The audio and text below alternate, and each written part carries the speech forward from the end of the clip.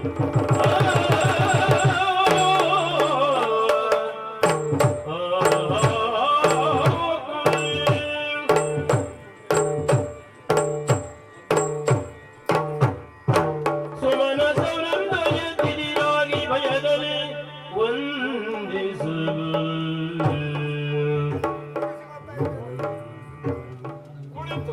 ಕುಳಿತುಕೊಳ್ಳಿ ಕುಳಿತುಕೊಳ್ಳಿ, ಅಲ್ಲವೇ ಕುಳಿತುಕೊಳ್ಳಿ.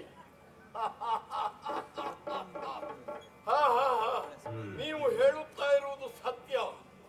ಅಲ್ಲಿ ಕುಳಿತವರು ಪಕ್ಕದಲ್ಲಿ ಕುಳಿತವರಿಗೆ ನನ್ನನ್ನು ಪರಿಚಯಿಸುತ್ತಿದ್ದಾರೆ. ಈಗ ಬಂದವರು ಸಾಮಾನ್ಯದವರಲ್ಲ, ದಕ್ಷ ಮಹಾಶಯ ಎಂದು. ಇದು ಹೌದು. ಇನ್ನೊಬ್ಬರು ಮತ್ತೊಬ್ಬರಿಗೆ ಪರಿಚಯಿಸುತ್ತಿದ್ದಾರೆ. ಇವರು ಸಾಮಾನ್ಯದವರಲ್ಲ, ದಾಕ್ಷಾಯಿನಿಯನ್ನು ಮಗಳನ್ನಾಗಿ ಪಡೆದಿರುವಂತಹ ಮಹಾಶಯ ಎಂದು. ಅದು ಸತ್ಯವೇ. ಕುಳಿತುಕೊಳ್ಳಿ, ಅಲ್ಲದೆ ಕುಳಿತುಕೊಳ್ಳಿ. ಇಂದ್ರ, ಅಗ್ನಿ, ವರುಣ, ವಾಯು, ಕುಬೇರ,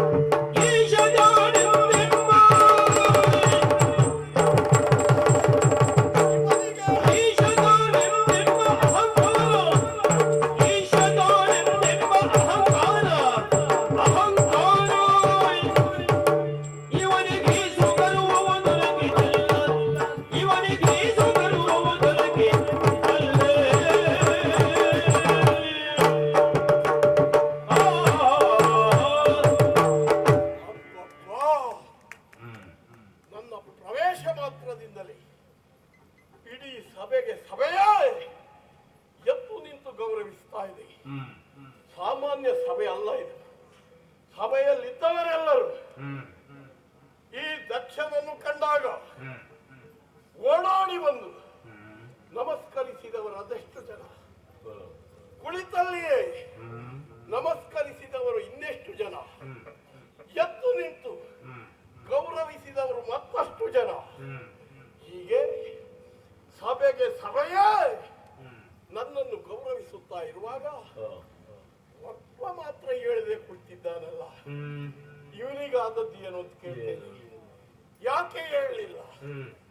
ಹೇಳದೆ ಇದ್ದವ ಯಾರವ? ಹೇಳದೆ ಇರುವುದಕ್ಕೆ ಕಾರಣ ಏನು? ಅರ್ಥ ಆಯ್ತು. ಈಶ ತಾನೆಂಬ ಅಹಂಕಾರ. ಯಾರೋ ಹೇಳಿದ್ರು ಇವ ಈಶ ಎಂದು. ಅದು ಹೌದು ಎನ್ನುವುದು ಇವನ ತಲೆಗೆ ಇತ್ತು. ಅಹಂಕಾರ. ಹೌದಾ ಇವ ಈಶ? ಹೌದು ಅಂತಾದ್ರೆ ಯಾವ ಈಶ? ಲೋಕದಲ್ಲಿ ಕೆಲವು ಈಶಂದಿರಿದ್ದಾರೆ. ಸುರರಿಗೆಲ್ಲ ಈಶ ಸುರೇಶ, ನರರಿಗೆಲ್ಲ ಪರಮೇಶ, ಅಸುರರಿಗೆ ಈಶ ಅಸುರೇಶ, ಕಪಿಗಳಿಗೆ ಈಶ ಕಪೀಶ. ಇದರಲ್ಲಿ ನೀವು ಯಾವ ಈಶ? ಯಾರಿಗೆ ಈಶ? ಈಶ ತಾನೆನ್ನುವಂತ ಅಹಂಕಾರ ಇರಬೇಕು. ಆ ಕಾರಣಕ್ಕಾಗಿಯೇ ನಾನು ಬಂದಾಗ ನನ್ನನ್ನು ಗೌರವಿಸುವುದಕ್ಕೆ ಮುಂದಾಗಲಿಲ್ಲ. ಏನು ಎದ್ದು ನಿಂತೆ ಗೌರವಿಸಬೇಕು ಎಂದು ನಾವು ಹೇಳ್ತೇವೆ? ಯಾರಿಗಾದ್ರೂ ನಾವು ಹೇಳಿದ್ದೇವೆ? ಹೇಳಲು ಇಲ್ಲ, ಹೇಳುವುದೂ ಇಲ್ಲ. ಹೇಳಬೇಕು ಎನ್ನುವುದು ನಮ್ಮ ಆಗ್ರಹ ಏನೂ ಅಲ್ಲ. ಮನಸ್ಸಿದೆ ಅಂತಾದ್ರೆ ಹೇಳುವುದು ಬೇಡ.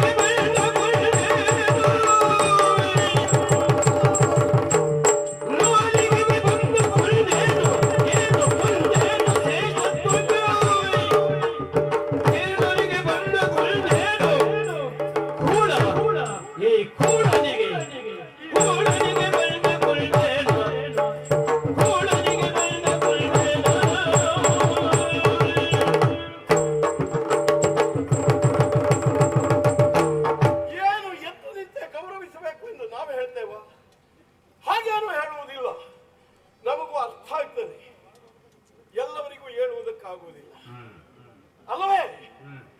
ಮತ್ತೆ ಅಪರೂಪಕ್ಕೆ ಸಿಕ್ಕಿದ ಸ್ಥಾನ ಇದೆ ಇವನಿಗೆ. ಯಾವಾಗಲೂ ಸಿಗುವುದಲ್ಲ. ಅಪರೂಪಕ್ಕೊಂದು ಸ್ಥಾನ ಸಿಕ್ಕಿದೆಯಲ್ಲ, ಪೀಠ ಸಿಕ್ಕಿದೆಯಲ್ಲ. ಬಂದು ಕುಳಿತುಕೊಂಡ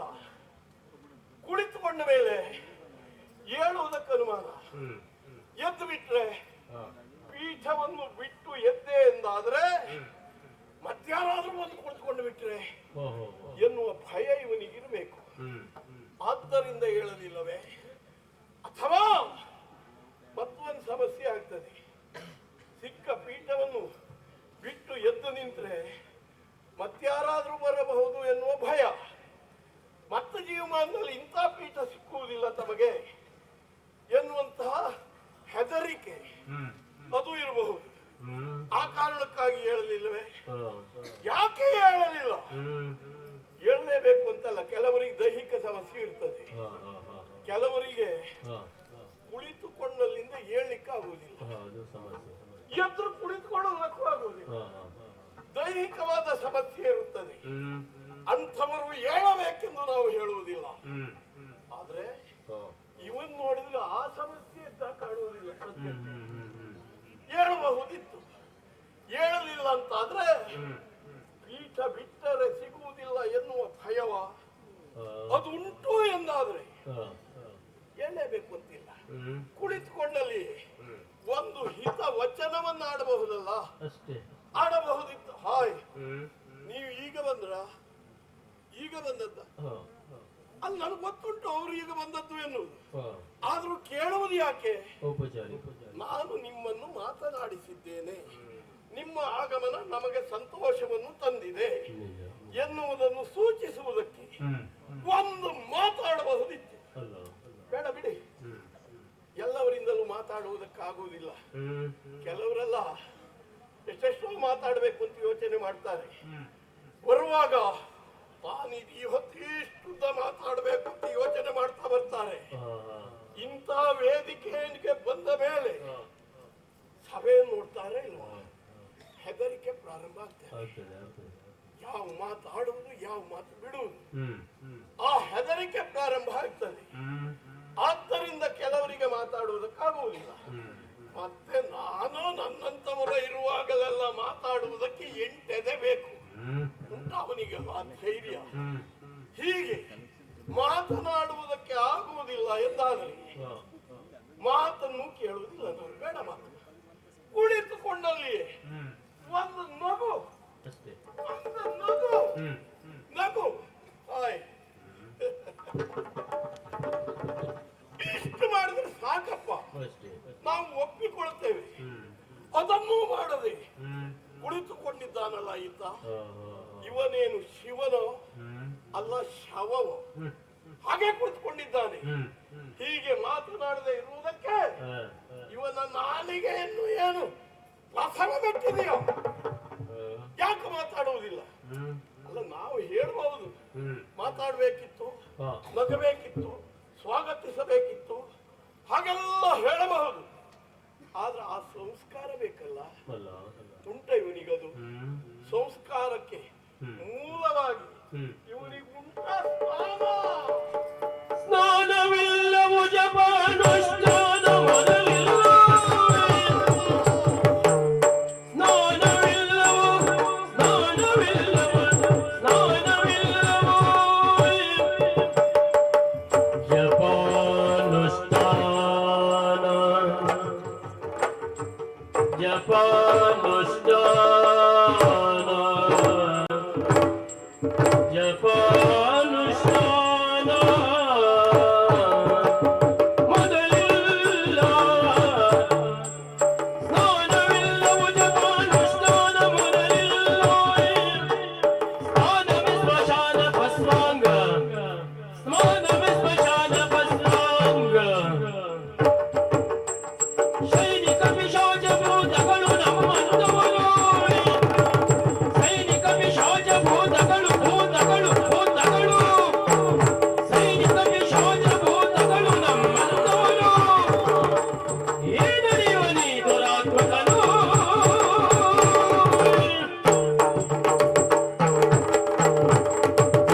ಮೂಲಭೂತವಾಗಿ ಸಂಸ್ಕಾರ ಉಂಟಾ? ಬೇಡ. ಸ್ನಾನ ಉಂಟ ಇವನಿಗೆ? ಸ್ನಾನ ಯಾರಾದ್ರೂ ನೋಡಿದ್ದಾರ ಅವ ಸ್ನಾನ ಮಾಡಿದ್ದನ್ನು? ಇನ್ನೊಬ್ರು ನೋಡುವಾಗ ಸ್ನಾನ ಮಾಡಬೇಕು ಅಂತಲ್ಲ ನಾನು ಹೇಳುವುದು. ಅವ ಸ್ನಾನ ಮಾಡಿದ ವಿಷಯ ಯಾರಿಗಾದ್ರೂ ಗೊತ್ತುಂಟ? ಇಲ್ಲವೇ ಇಲ್ಲ. ಅವನಿಗೆ ಸ್ನಾನ ಇಲ್ಲ. ಇನ್ನು ಯಾರಾದ್ರೂ ಬಂದು ಒಂದು 4 ಕೊಡ ನೀರನ್ನು ಅವನ ತಲೆ ಮೇಲೆ ಹಾಕಿದ್ರೆ ಅವನಿಗೆ ಒಂದು ಸ್ನಾನ, ಅಲ್ದಿದ್ದು ಸ್ನಾನ ಇಲ್ಲ. ಹೇಳುವುದಕ್ಕೆ ಹೇಳಿಕೊಳ್ಳುವುದಕ್ಕೆ ತಲೆಯ ಮೇಲೆ ಗಂಗೆ, ತಲೆಯ ಮೇಲೆ ಗಂಗೆ ಇದ್ದರೂ ಈ ಬಡವನಿಗೆ ಸ್ನಾನ ಇಲ್ಲ. ನೋಡಿ ಎಂತ ವೈಪರೀತ್ಯ ಅಲ್ವಾ? ತಲೆಯ ಮೇಲೆ ಗಂಗೆ, ಗಂಗಾ ಸ್ನಾನಂ ಹೇಳ್ತಾರಲ್ಲ, ಪರಮ ಪವಿತ್ರಳು ಗಂಗೆ, ಅವಳು ಇವನ್ ತಲೆ ಮೇಲೆ ಕೂತಿದ್ದಾರೆ, ಇವನಿಗೆ ಸ್ನಾನ ಇಲ್ಲ. ಹಣೆ ಮೇಲೆ ಬರ್ದಿರ್ಬೇಕು ಅದೆಲ್ಲ. ಮನೇಲಿ ಇಷ್ಟು ಸಕ್ಕರೆ ಇರ್ತದೆ, ತಿನ್ಲಿಕ್ಕಾಗ್ತದೆ ಎಲ್ಲವ್ರ ಹತ್ರ? ಆಗುವುದಿಲ್ಲ. ಇಲ್ಲಿಯೂ ಹಾಗೆ ತಲೆ ಮೇಲೆ ಗಂಗೆ ಇದ್ದಾಳೆ, ಆದ್ರೂ ಸ್ನಾನ ಇಲ್ಲ. ಸ್ನಾನವೇ ಇಲ್ಲ. ಇನ್ನೆಲ್ಲಿಯ ಜಪ, ಇನ್ನೆಲ್ಲಿಯ ಅನುಷ್ಠಾನ? ಅದೆಲ್ಲ ಮಾಡಬೇಕು. ಮಾಡಿದ್ರೆ ಒಂದು ಸಂಸ್ಕಾರ ಬರುತ್ತದೆ, ಶರೀರಕ್ಕೆ ಮನಸ್ಸಿಗೆ ಎಲ್ಲದಕ್ಕೂ ಒಂದು ಸಂಸ್ಕಾರ ಬರುತ್ತದೆ. ಜಪ ಅನುಷ್ಠಾನಗಳನ್ನು ಮಾಡಿದ್ರೆ ಇವ ಎಲ್ಲಿ ಜಪಾನುಷ್ಠಾನ ಮಾಡುವವನ? ಇಲ್ಲವೇ ಇಲ್ಲ. ಆ ನೆಲೆಯಲ್ಲಿ ಅವನಿಗೆ ಸಂಸ್ಕಾರ ಬರುತ್ತದೆ ಎಂದು ನಾವು ನಿರೀಕ್ಷಿಸುವ ಹಾಗಿಲ್ಲ. ಮತ್ತೆ ಕೆಲವರಿಗೆ ನೆಲೆಸಿದ ನೆಲದಿಂದ ಸಂಸ್ಕಾರ ಬರ್ತದೆ. ಹೌದು, ತಾವು ವಾಸಿಸುವಂತಹ ಪ್ರದೇಶ, ಅದಕ್ಕೆ ಮಣ್ಣಿನ ಗುಣ ಅಂತ ಹೇಳ್ತಾರೆ. ಆ ಮಣ್ಣಿನ ಗುಣದಿಂದ, ಮಣ್ಣಿನ ಪ್ರಭಾವದಿಂದ ಸಂಸ್ಕಾರ ಬರುವುದಕ್ಕೆ ಸಾಧ್ಯ. ಹಾಗೆ ಇವನಿಗೆ ಸಂಸ್ಕಾರ ಬರುತ್ತದೆ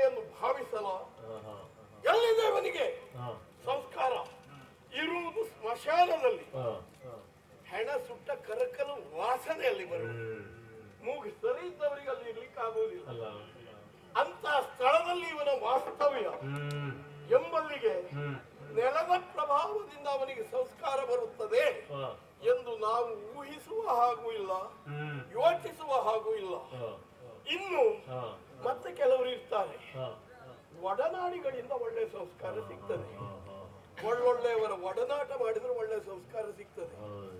ಇವನಿಗೆ ಉಂಟ ಒಳ್ಳೆಯವರ ಒಡನಾಟ? ಇಲ್ಲಪ್ಪ, ಇಲ್ಲಪ್ಪ, ಹಾ ಒಳ್ಳೆಯ ಒಡನಾಟ ಇಲ್ಲ ಇವನಿಗೆ. ಇಲ್ಲ ಇಲ್ಲ ಎಲ್ಲಿ ಒಳ್ಳೆಯವರ ಸಹವಾಸ ಮಾಡಿದ್ದಾನೆ, ಹ್ಮ್ ಈಗಲೇ ಕೆಟ್ಟಿದ್ದಾನೆ, ಕೆಡುವುದಿದ್ರೆ ಇನ್ನೂ ಕೆಟ್ಟು ಹೋಗ್ತಾನೆ. ಅಲ್ಲ ಆದಷ್ಟು ಬೇಗ ಒಳ್ಳೆಯವರು ಸಹವಾಸ ಮಾಡಿದ್ರೆ ಒಳ್ಳೆ. ಹ್ಮ್ ಇವನ ಸಹವಾಸ ಎಂತಹದ್ದು? ಹಾ ಭೂತ ಪ್ರೇತ ಪಿಶಾಚಾದಿಗಣಗಳು ಹ್ಮ್ ನೋಡು, ಹ್ಮ್ ಅವನ ಹಿಂದೆ, ಹಾ ಅವನ ಎಡಕ್ಕೆ, ಹ್ಮ್ ಬಲಕ್ಕೆ ಹಾ ಎಲ್ಲ ಭೂತ ಪ್ರೇತಾದಿಗಳೇ ಇರುವುದು. ಆ ಭೂತ ಪ್ರೇತಾದಿಗಳ ಒಡನಾಡಿ ಇರ್ತ. ಹ್ಮ್ ಅಂತವರ ಸಂಸರ್ಗದಿಂದ, ಸಂಪರ್ಕದಿಂದ ಹಾ ಒಳ್ಳೆಯ ಸಂಸ್ಕಾರ ಬರುವುದಕ್ಕೆ ಸಾಧ್ಯವಾ? ಇಲ್ಲಪ್ಪ. ಆ ಭೂತ ಪ್ರೇತ ತಗೊಂಡು ಎಂತದ್ದು ತಂಡ ಹ್ಮ್ ಕುಡಿದ ಒಂದಿಷ್ಟು ಭೂತ ಪ್ರೇತಾದಿಗಳನ್ನು ಸೇರಿಕೊಂಡು ಹ್ಮ್ ಅಲ್ಲಿಗೂ ಅವನಿಗೆ ಸಂಸ್ಕಾರ ಬರುತ್ತದೆ ಎಂದು ನಾವು ನಿರೀಕ್ಷಿಸುವ ಹಾಗಿಲ್ಲ. ಹಾ ಇನ್ನು ಹ್ಮ್ ಹೀಗೆ ಸಂಸ್ಕಾರ ಗೇಡಿಯಾಗಿರುವಂತಹ ಹ್ಮ್ ಇವ ಹ್ಮ್ ನನಗೆ ದೂರದವ ಅಲ್ಲ, ಹಾ ದೂರದವ ಅಲ್ಲವೇ ಅಲ್ಲ. ಅಲ್ಲ ಅಲ್ಲ ಹೇಳಿಕೊಳ್ಳುವುದಕ್ಕೆ ನಾಚಿಕೆ ಆಗ್ತದೆ. ಹೌದಾ? ಹೌದಪ್ಪ, ಹ್ಮ್ ಹ್ಮ್ ನನ್ನ ಮಗಳ ಗಂಡ ಇವ. ಅಯ್ಯೋ ಹಾ, ಹಾ ನನ್ನ ಮಗಳು ದಾಕ್ಷಾಯಿನಿಯನ್ನು ಇವನಿಗೆ ಕೊಟ್ಟು ಮದುವೆ ಮಾಡಿದ್ದೇವೆ. ಹಾ ನನಗೆ ಮನಸ್ಸಿದ್ದು ಕೊಟ್ಟಿದ್ದಲ್ಲ. ಇಷ್ಟೆಲ್ಲ ಸಮಸ್ಯೆ ಇದ್ದು ಹೌದು, ಹ್ಮ್ ನನಗೆ ಮನಸ್ಸಿದ್ದು ಕೊಟ್ಟಿರುವುದಲ್ಲ. ಮತ್ತೆ ನನ್ನ ಮಗಳು ಅವನೇ ಬೇಕು ಅಂದಂತೆ ಹ್ಮ್ ಕೊಡುವುದಿಲ್ಲ ಹಾ ಹೇಳಿದೆ ನಾನು. ಅಷ್ಟೊತ್ತಿಗೆ ನಮ್ಮಪ್ಪ ಬ್ರಹ್ಮದೇವ, ಹ್ಮ್ ಮಗನೇ ದಾಕ್ಷಾಯಿನಿಯನ್ನು ಶಿವನಿಗೆ ಕೊಡು ಹಾ ಹೇಳಿದ್ರು. ಹಾ ಮರು ಮಾತಾಡ್ಲಿಲ್ಲ ನಾನು, ಹಾ ಹಾ ದಾರೆ ಎರೆದು ಕೊಟ್ಟಿದ್ದೇನೆ. ನಾವೆಲ್ಲ ಹಿರಿಯವರನ್ನು ಗೌರವಿಸುವುದು ಅಂದ್ರೆ ಹಾಗೆ ಮತ್ತೆ ಕೊಟ್ಟಿದ್ದೇನೆ. ಹ್ಮ್ ಈಗ ಅನಿಸುವುದು, ಹ್ಮ್ ಅಯ್ಯೋ ಅಂತ ಮಗಳನ್ನು ಇಂಥವನ ಕೈಗೆ ಕೊಟ್ಟನಲ್ಲ, ಹ್ಮ್ ಬಹಳ ಬೇಸರ ಆಗ್ತದೆ. ಹ್ಮ್ ಹೌದು, ಏನ್ ಮಾಡ್ಲಿಕ್ಕೂ ಆಗುವುದಿಲ್ಲ. ಹ್ಮ್ ಇಂತಹ ಸಂಸ್ಕಾರಗೇಡಿ ಹ್ಮ್ ನನ್ನ ಅಳಿಯ ಎಂದು ಹೇಳಿಕೊಳ್ಳುವುದಕ್ಕೆ ನನಗೆ ನಾಚಿಕೆ. ಹೌದಪ್ಪ. ಆದರೂ ಹ್ಮ್ ಮೈ ತುಂಬ ನೋಡಿ ಏನದು ಹ್ಮ್ ಬೂದಿ, ಹೌದು. ಬೂದಿ, ಹ್ಮ್. ಬೂದಿಯನ್ನು ಆಹಾ ಹ್ಮ್ ಲೇಪಿಸಿಕೊಂಡಿದ್ದಲ್ಲ, ಹೊಸೆದುಕೊಂಡಿದ್ದು, ಹೊಸೆದುಕೊಂಡಿದ್ದು, ಬಡಿದುಕೊಂಡಿದ್ದು, ಮೈ ತುಂಬ ಬೂದಿ. ಹ್ಮ್ ಸ್ಮಶಾನದ ಬೂದಿಯನ್ನು ಮೈಗೆ ತಿಕ್ಕಿಕೊಳ್ಳುವುದು. ಹ್ಮ್ ಇವ ಯಾರಿಗೆ ಈಶಾ? ಹ್ಮ್ ಯಾರಿಗೆ ಈಶಾ? ಯಾರಿಗೆ? ಅವನ ಹತ್ರ ಒಂದು ಉಂಟು ನೋಡಿ ಬಸವ, ಹಾ ಬೂದಿ ಬಸವ. ಹ್ಮ್ ಆ ಬಸವನಿಗೆ ಇವ ಈಶ, ಬಸವೇಶ. ಹ್ಮ್ ಮತ್ತೆಂತ ಕರ್ಮವೂ ಅಲ್ಲ. ಹಾ ಬೂದಿಯನ್ನು ಲೇಪಿಸಿಕೊಂಡಿದ್ದಾನೆ. ಸರಿ. ಮತ್ತೆ ಕೊರಳಿನಲ್ಲಿ ಹಾವು. ಹ್ಮ್ ಎಂತ ಹಾರ ಅದು! ಹ್ಮ್ ಆಹಾ ಆಹಾ ಹ್ಮ್ ಅಂತ ದೊಡ್ಡ ವ್ಯಾಖ್ಯಾನ. ಹಾ. ನಾಗಾಭರಣ, ಹಾ ಯಾವುದೋ ಆಭರಣ ಇಲ್ಲದೆ ಹೋದವ್ರು ಸಿಕ್ಕ ಹಾವನ್ನೇ ಸುತ್ತಕೊಳ್ಳು. ಹ್ಮ್. ನಾಗಾಭರಣ ಯೋಚನೆ ಮಾಡಿ, ಹ್ಮ್ ಲೋಕದಲ್ಲಿರುವ ಜನರಿಗೆಲ್ಲ ಕಚ್ಚುವಂತದ್ದು ಹಾವು ಹೌದಲ್ಲ, ಹ್ಮ್ ಅಂತಹ ವಿಷಪೂರಿತ ಹಾವನ್ನು ಇವ ಕೊರಳಿಗೆ ಸುತ್ತಿಕೊಂಡಿದ್ದಾನೆ. ಆದರೂ ಹ್ಮ್ ಆ ಹಾವು ಇವನಿಗೆ ಕಚ್ಚುವುದಿಲ್ಲ. ಹ್ಮ್ ಯಾಕೆ ಕಚ್ಚುವುದಿಲ್ಲ? ಹ್ಮ್ ಹಾವಿಗೂ ಗೊತ್ತುಂಟು ಹ್ಮ್ ಕಚ್ಚುವುದಕ್ಕೆ ಇವ ಒಂದು ಜನ ಅಲ್ಲ ಅಂತ. ಹ್ಮ್ ಆದ್ದರಿಂದ ಹಾವು ಇವನಿಗೆ ಕಚ್ಚುವುದಿಲ್ಲ. ಹ್ಮ್ ಭೂತ ಪ್ರೇತಾದಿ ಗಣಗಳು ಆ ಸತ್ತ ಪ್ರಾಣಿಯ ಆ ಚರ್ಮ ಸುತ್ತಿಕೊಂಡಿದ್ದಾನೆ. ಹ್ಮ್ ಆಹ್, ಆಹ್, ಆಹ್. ಸತ್ತ ಪ್ರಾಣಿಯ ಚರ್ಮವನ್ನು ಮೈ ಸುತ್ತಿಕೊಂಡಿದ್ದಾನೆ. ತಲೆ ಮೇಲೆ ಗಂಗೆ ಇದೆ. ಆ ಗಂಗೆ ಈ ಚರ್ಮದ ಮೇಲೆ ಬಿತ್ತು ಅಂದಾದ್ರೆ ಹ್ಮ್ ವಾಸನೆ ಕೇಳಬೇಕು, ಮತ್ತೆ ಇರ್ಲಿಕ್ಕಾಗ್ತದ? ಇಲ್ಲಪ್ಪ. ಭೂತ ಪ್ರೇತಾದಿಗಳು ಮಾತ್ರ ಇರುವುದು. ಹ್ಮ್ ಹೀಗೆ ಇಂತಹ ಸಂಸ್ಕಾರ ಗೇಡಿಯನ್ನು ದೇವರು ಎಂದು ಪೂಜಿಸುವ ಒಂದು ವರ್ಗ ಇದೆ. ಯಾ ಸಾತ್ವಿಕರಲ್ಲ. ಹ್ಮ್ ಯಾರವರು? ಯಾರವರು? ವಸುರವತಿ ಮಾತವಾರಿಗಳು ವಸುರವತಿ ಮಾತವಾರಿಗಳು ಮಾತವಾರಿಗಳು ವಸುರವತಿ ಮಾತವಾರಿಗಳು ಪಾಷಂಡಗಳು ವಸುದೆ ಗಂಧದ ದೈವವೆಂದು ವಸುದೆ ಗಂಧದ ದೈವವೆಂದು ಉಸಿರುಗಳು ನಮಗೀತ ರಾಜನೇ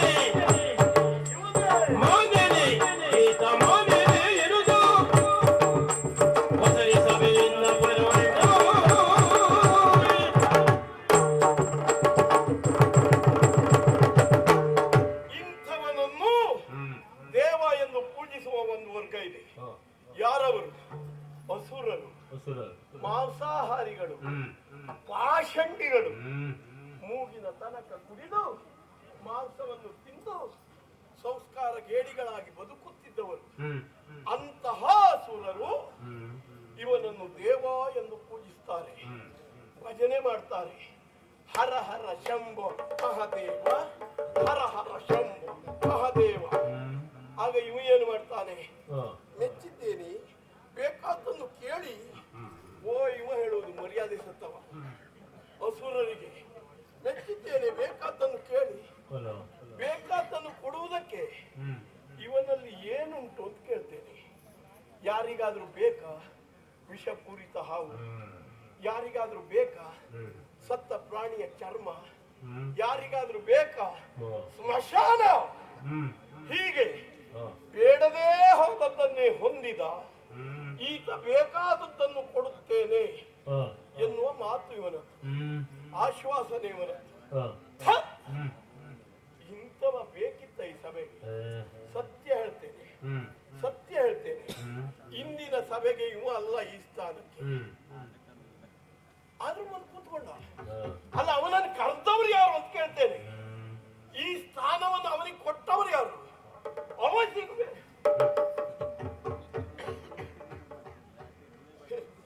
ಇವನಿಗೊಂದು ಬೇರೆ ಜನವೇ ಸಿಗ್ಲಿಲ್ಲ. ಹಾಯ್ ನೀವು ಬರ್ಬೇಕು ಅಂತ ಹೇಳಿದ. ಬಿಡಿ, ಕರೆಯುವವರು ಕರೀತಾರೆ, ಕರೆಯುವವರು ತಪ್ಪಲ್ಲ. ಬರುವ ಇವ ಯೋಚನೆ ಮಾಡ್ಬೇಕೋ ಬೇಡವಾ? ಈ ಹೊತ್ತಿನ ಸಭೆಗೆ ಅಧ್ಯಕ್ಷ ಸ್ಥಾನಕ್ಕೆ ತಾನು ಎಷ್ಟರ ಮಟ್ಟಿಗೆ ಯೋಗ್ಯ? ಸ್ವಲ್ಪ ಆತ್ಮವಿಮರ್ಶೆ ಮಾಡಿಕೊಳ್ಳಬೇಕಿತ್ತು, ಯೋಚನೆ ಮಾಡಬೇಕಿತ್ತು. ಅದನ್ನು ಮಾಡಲಿಲ್ಲ, ಬಂದ ಕುಟ್ಕೊಂಡು ಬಿಟ್ಟ. ಸಿಕ್ಕಿದ್ದು ಬಿಡುವುದಲ್ಲ ಅಂತ. ಅಲ್ಲದೆ ಹೋದ್ರೆ ಇಲ್ಲಿ ನಡೆಯುತ್ತಿರುವುದು ಏನಿದು? ಜ್ಞಾನ ಸತ್ರ, ಜ್ಞಾನ ಸತ್ರ. ಜ್ಞಾನ ಎಂದ್ರೆ ಏನು? ಬೆಳಕು.